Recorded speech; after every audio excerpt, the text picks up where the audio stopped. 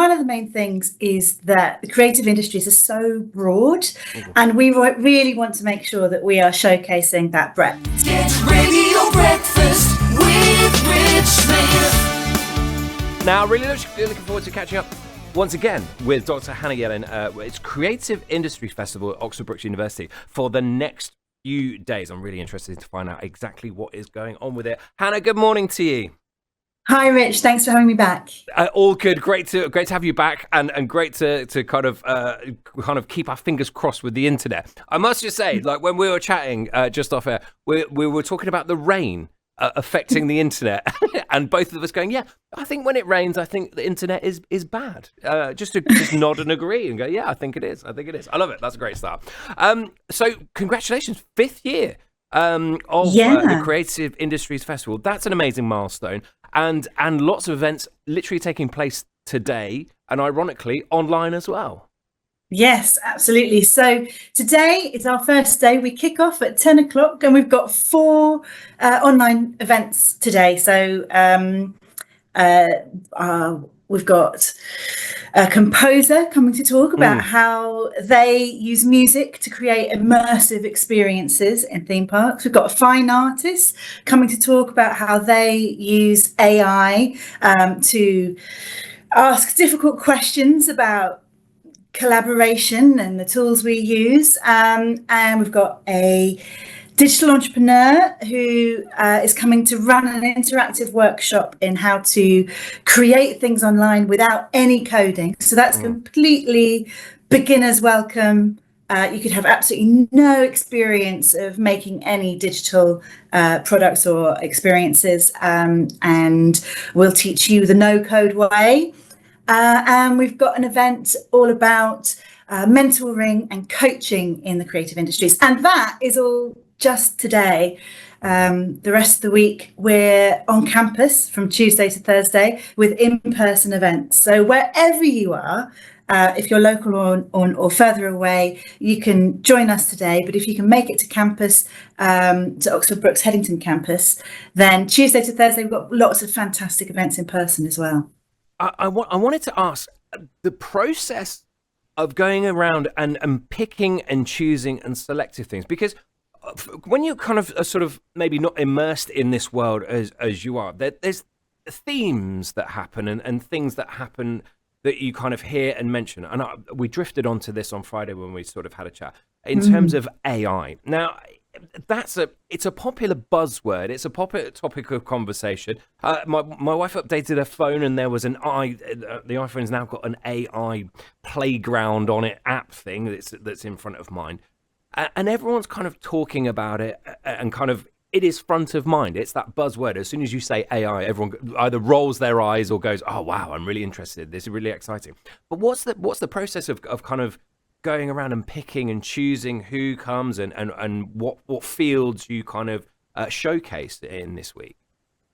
Yeah, so I mean, one of the main things is that the creative industries are so broad, and we really want to make sure that we are showcasing that breadth. So we've got around 30 speakers this week over the course of the 11 or so events. You mentioned AI. Last year, obviously, it was around about the beginning of the year when ChatGPT really took off and became, something that everyone was aware of and everyone was talking about. So that really dominated last year. And our theme last year was power and change, which I think is always going to be an undercurrent in a festival like this.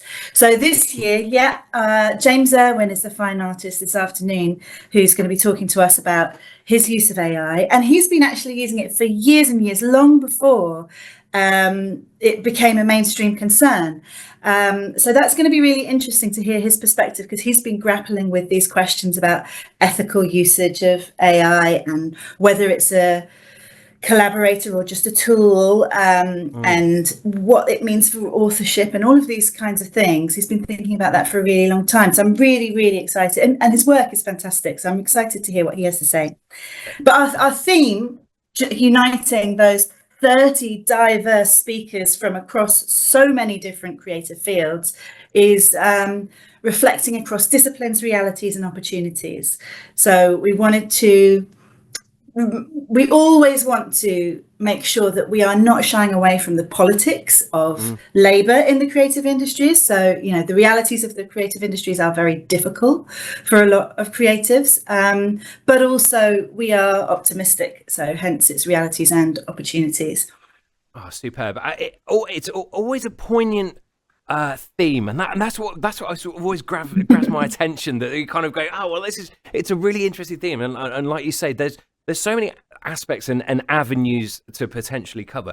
I think I asked you this last time, and you were very coy about your answer. But is there a particular thing that maybe you could signpost for people who go, look, okay, if you can't make it to everything, or if there's one particular speaker or thing, I'm asking to pick favorites or what have you, but if there's something happening this week which you're kind of like, look, if you're going to do one, that would be a good one. Yeah. Okay. So, well, we're starting our in-person. So I'm excited about all the events. I have to say that, but we are bookending. We've got a really strong start and a really strong finish. So on Tuesday lunchtime for the in-person, and I'll then think about my favourite online event today. But for the in-person, we've got a really strong start. With academic Dr. Mark McKenna coming. He's a guest speaker who's coming to talk about the screen industries and how they do or don't successfully have a role in levelling up left behind areas. So I think that's really nice for us because we love to look at how's this working kind of on that macro level. Yeah. So that's the kind of academic one that I'm looking forward to. And then on Thursday, we're at our very last event. We have a hip hop documentary maker. So I enjoy, one of the things I enjoy about the festival is the combination of academics sharing their important research, but also practitioners sharing what they do and how those kind of macro themes in the sector are affecting them as on that individual level. And that's the balance that I love. So those are two events that I can pick out because they show that nice contrast. And literally, completely, like you say, bookending and totally different things as well. That's absolutely wonderful. Well, the online starts today, so wherever you are listening today, if you can spare an hour at various times across the day, then make sure you do log in and have a look at this. Hannah, where can people find out a little bit more information if they are keen to sort of log on or keen to rock up over the next few days?